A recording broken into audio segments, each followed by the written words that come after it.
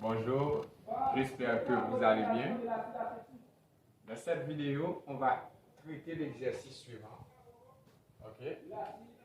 Cet exercice est un exercice du nombre complexe. On considère les nombres complexes Z1 et Z2, tels que Z1 est égal à 5 plus 5i racine carrée de 3. Z2 est égal à 2 plus 2i. La première question, on vous demande d'écrire Z1 et Z2 sous la forme matricielle et sous forme trigonométrique. Petit b, soit Z est égal à Z1 par Z2. On vous demande d'écrire Z sous la forme cartésienne et trigonométrique. Non seulement on va écrire Z sous la forme cartésienne, et ensuite on va écrire Z sous la forme trigonométrique. En dernier lieu, dans le petit c, on vous demande d'en déduire la valeur exacte de cosinus 7pi sur 12. Ok? On va traiter l'exercice. Solution numéro 1. On considère du nombre complexe tel que Z1 est égal à 5 plus 5i racine carrée de 3 et Z2 qui est égal à 2 plus 2i. La première question, on vous demande d'écrire Z1 et Z2 sous la forme matricielle. Écrivons Z1 et Z2 sous la forme matricielle, Fm, forme matricielle. Ok. À titre de rappel, lorsqu'on a Z de forme cartésienne A plus BI, si on veut trouver la forme matricielle de Z,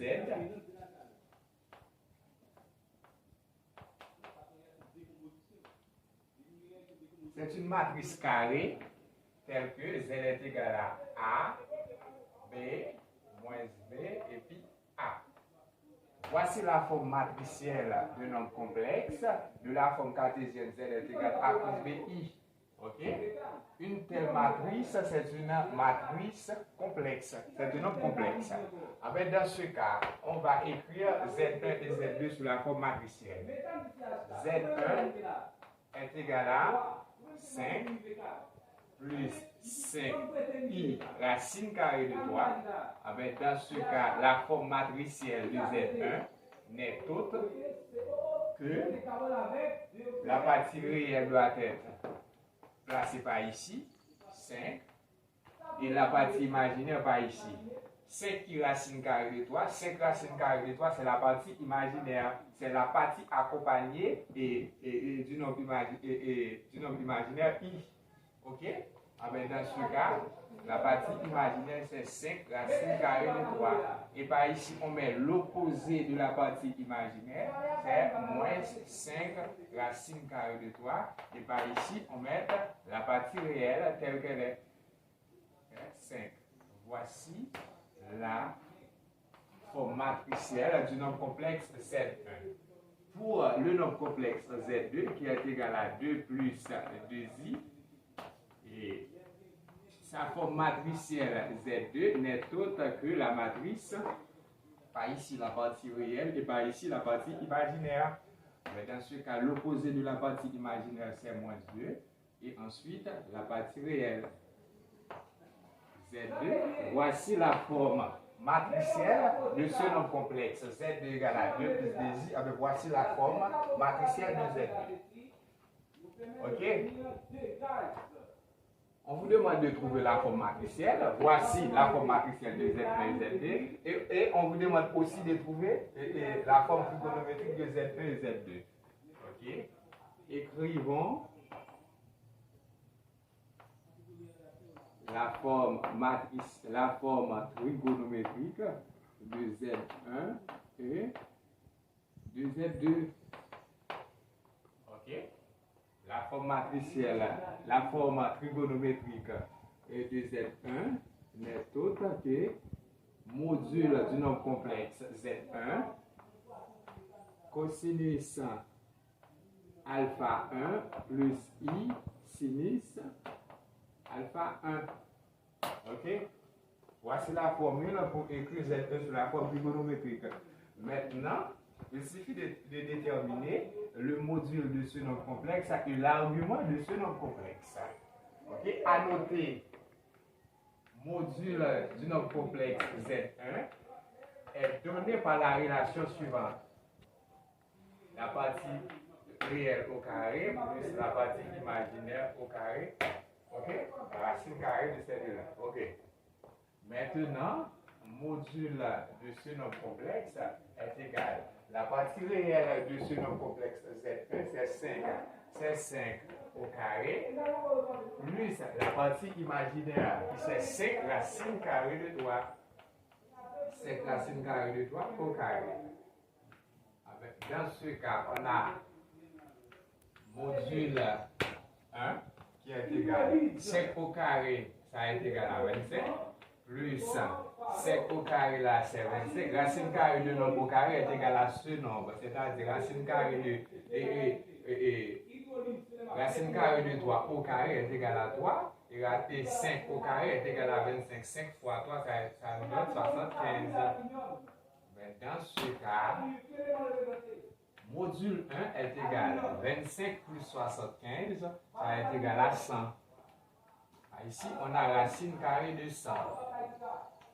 Module 1 est égal à racine carrée de 100, c'est 10. Voici le module de ce nombre complexe. Maintenant, on va chercher l'argument de ce nombre complexe Z. Cherchons alpha 1, qui c'est l'argument de ce nombre complexe. On a cos alpha 1 est égal à A sur rho 1. Et sinus alpha 1 est égal à B sur rho 1. Ben, de ce fait, ici on a cos alpha 1 est égal à, c'est la partie réelle. La partie réelle de ce nombre complexe, c'est 5. 5 sur rho 1, le module qui c'est 10. Et de même, on a sinus alpha 1 est égal à cette partie imaginaire là, qui c'est 5 racines carrées de 3. 5 racines carrées de 3 sur 10. Ok? Maintenant, on peut... Okay. Ici, nous avons cos alpha 1 égale à 5 dixièmes et sinus alpha 1 est égal à 5 racines carrées de 3 sur 10. Maintenant, par ici, on peut simplifier par 5.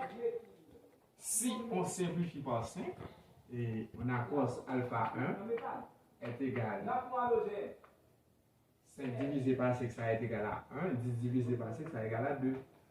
Par ici, on a sinus alpha 1 qui est égal, de même, on simplifie par 5. On a racine carrée de 3 sur 2. Ok, on a cos alpha 1 égale à 1,5 et sinus alpha 1 est égal à racine carrée de 3 sur 2. Maintenant, on va dans le tableau trigonométrique, dans le tableau et des actes macabres dans le tableau trigonométrique. Ok? Cosinus alpha 1 égale à 1,5 et sinus alpha 1 égale à racine carrée de 3 sur 2. Quel acte lorsqu'on a qui a pour cosinus égale à 1,5 et sinus égale à racine carrée de 3 sur 2? On est dans pi sur 3. Cosinus pi sur 3 est égal à 1,5 et sinus pi sur 3 égale à racine carrée de 3 sur 2. Dans ce cas, on a cosinus alpha 1 égale à cosinus pi sur 3 et sinus alpha 1 égale à sinus pi sur 3. Et ce fait,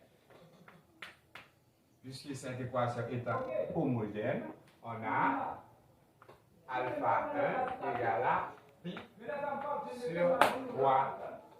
Ok, alpha 1 égale à pi sur 3.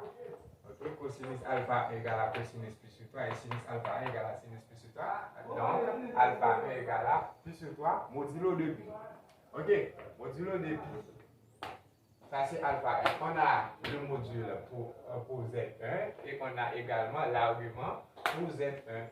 Maintenant, on peut écrire sa forme trigonométrique. Dans ce cas, Z1 égale, ok, c'est module là qui c'est 10 cosinus pi sur 3 plus i sinus pi sur 3. Ça, c'est la forme trigonométrique de Z1. Maintenant, on va faire de même pour Z2. On va faire de même pour Z2 avec Z2.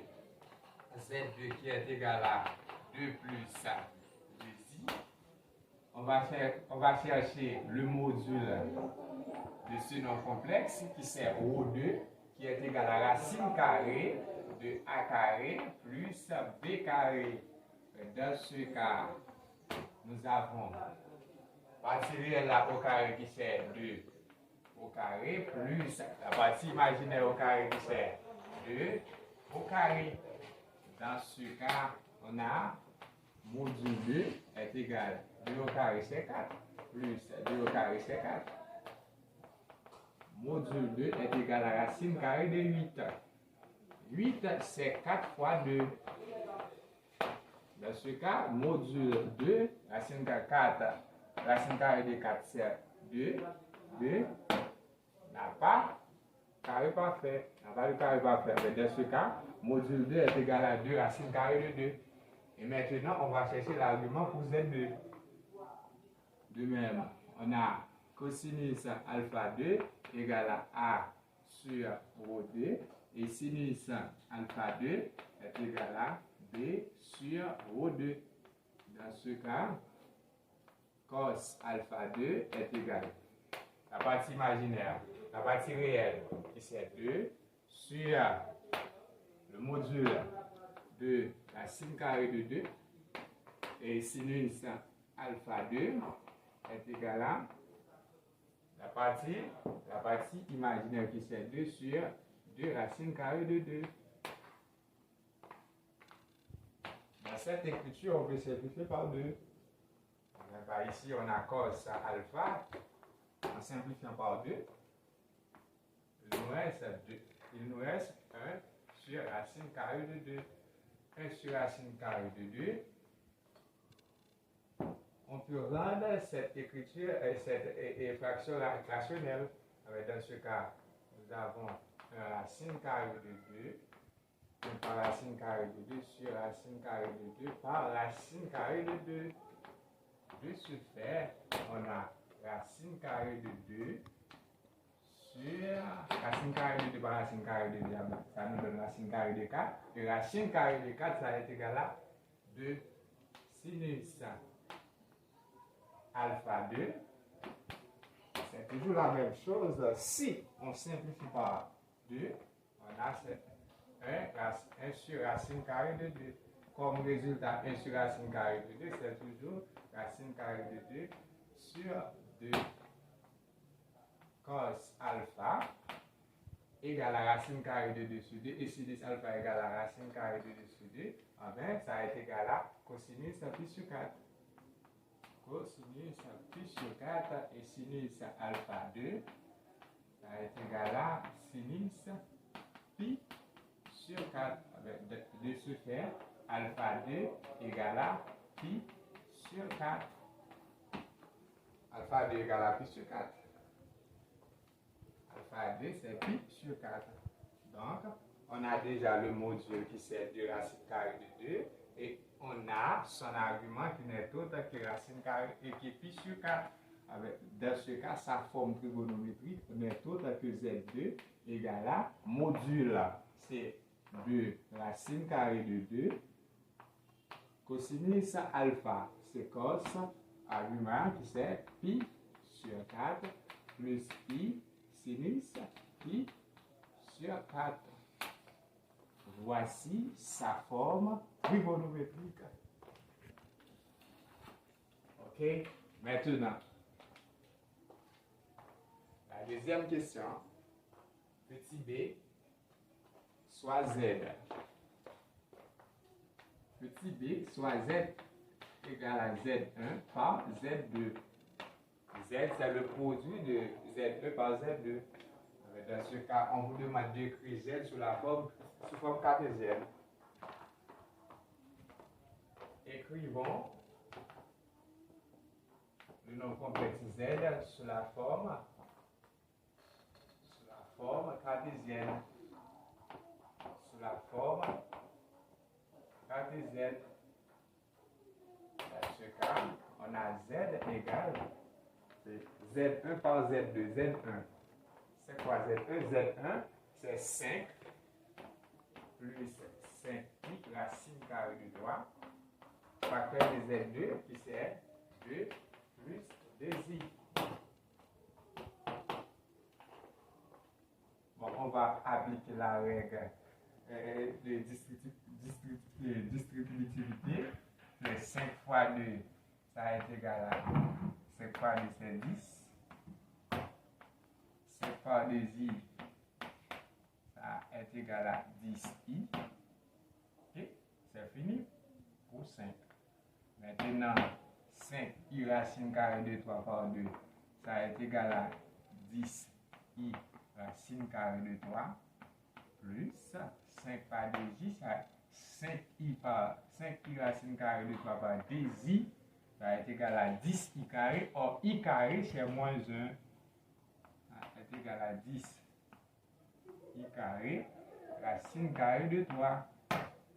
10i, 5i par 2i, 5 fois 2, ça est égal à 10. I par i, ça a été i carré, racine carrée de 3. Maintenant, z est égal à 10 plus 10i, plus 10i racine carrée de 3. I carré, c'est moins 1, plus par moins 1, ça est égal à moins 10 racine carrée de 3. Dans ce cas, z est égal. On va regrouper les termes sans i et les termes avec i. C'est 10. Bah, ici, on a 10 moins 10 racine carrée de 3 et 10i plus 10i racine carrée de 3. Et maintenant, on a z égale, c'est 10 facteur de 1 moins racine carrée de 3. Si on met 10 en évidence, 10 divisé par 10, ça est égal à 1. Et moins 10 divisé par 10, ça nous reste racine carrée de 3. Et par ici, si on met i en évidence, nous avons fait 10 plus 10 racine carrée de 3. Bon. On peut s'arrêter par ici. Voici la forme algébrique de ce nom complexe Z qui c'est le produit de Z1 par Z2. D'accord?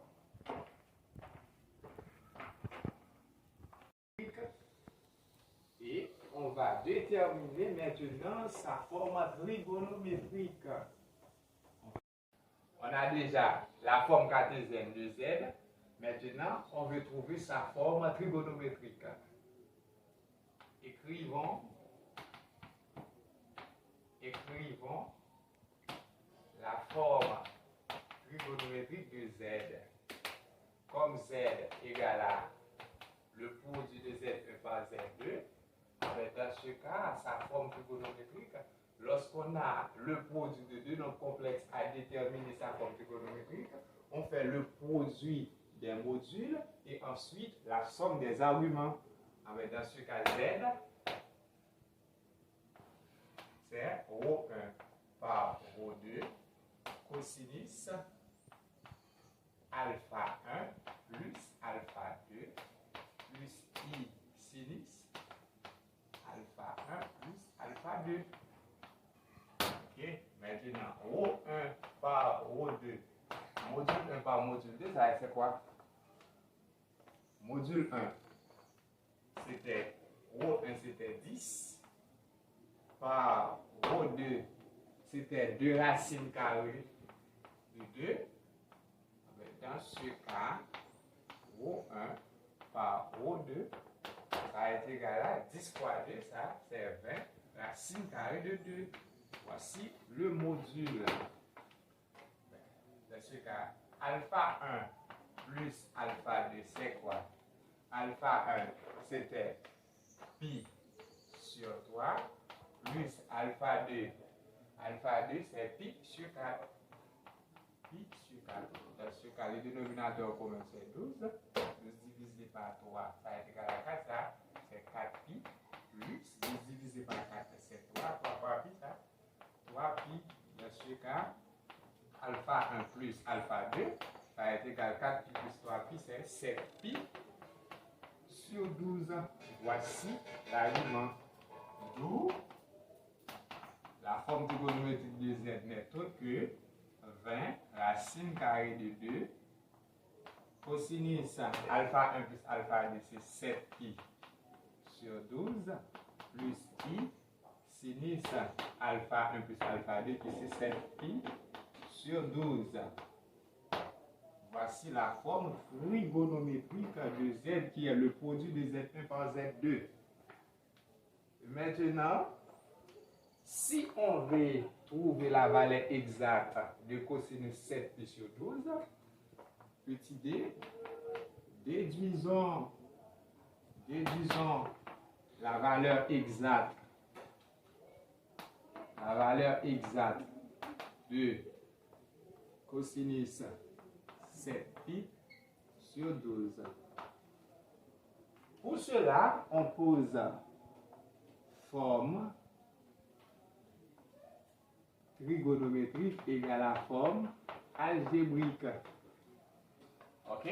Cosinus 7 pi sur 12, c'est le produit de Z1 par Z2. Dans ce cas, la forme algébrique de Z1 par Z2, c'est quoi? Voici la forme algébrique. Alors, dans ce cas, on va prendre la partie réelle et de la forme cartésienne de Z, qui n'est autre que forme trigonométrique. Ok, d'abord, c'est forme trigonométrique égale à forme algébrique. Voici la forme trigonométrique. La forme trigonométrique de Z, c'est 20 racine carrée de 2 cosinus 7 pi sur 12. Et maintenant, on va chercher le prochain. 20 racine carrée de 2. C'est 20 racine carrée de 2. Lorsqu'on fait 20 racine carrée de 2 par cosinus 7 pi sur 12, ça va être égal à 20 racine carrée de 2 cosinus 7 pi sur 12. Cosinus 7 pi sur 12. Ça, c'est la partie, c'est la forme trigonométrique. Et maintenant, égal à la forme algébrique. On va prendre la partie réelle de la forme cartésienne de Z, qui n'est autre que 10 facteur de 1 moins racine carrée de 3. Dans ce cas, 20 racine carrée de 2 cosinus 7 pi sur 12 est égal à 10. 10 fois 1, c'est 10, moins 10 racine carrée de 3.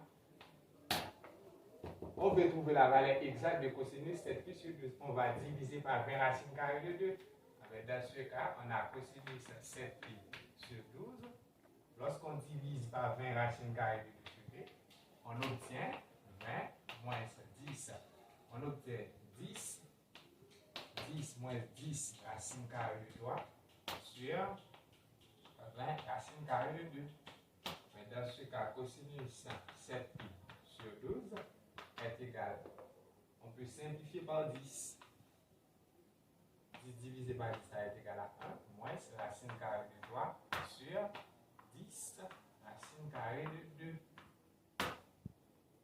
Ok, maintenant, on va rendre cette fraction rationnelle.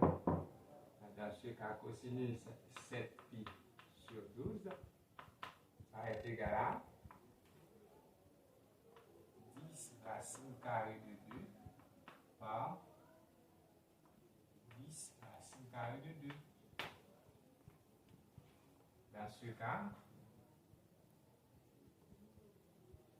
Dans ce cas, on a 1 moins racine carrée de 3 facteur de 10 racine carrée de 2. Ok? Cosinus 7 pi sur 12 est égal à 10 racine carrée de 2 par 10 racine carrée de 2. 10 fois 10, ça est égal à 100. Racine carrée de 2 par racine carrée de 2, c'est racine carrée de 4. Et racine carrée de 4, c'est 2.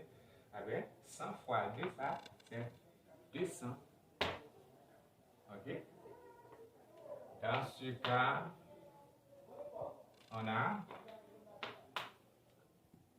10 racine carrée de 2 fois 1, ça c'est 10 racine carrée de 2. Moins c'est 10 racine carrée de 2 par racine carrée de 3, ça c'est 10 racine carrée de 6. Et pour finir, cosinus 7pi sur 12, ça est égal, on peut factoriser par 10. 10, en factorisant par 10, on obtient racine carrée de 2 moins racine carrée de 6. 10. Il nous reste par ici racine carrée de 2 et par ici, il nous reste racine carrée de 6. Sur 200, on peut simplifier par 10. Cosinus 7pi sur 12 est égal. En simplifiant par 10, au numérateur, on a racine carrée de 2 moins racine carrée de 6. OK? Et 200 divisé par 10, ça est égal à 20. Voici la valeur exacte de cosinus 7pi sur 12. Dans ce cas, OK? Vous voyez, voici l'exercice. Cette séquence est terminée.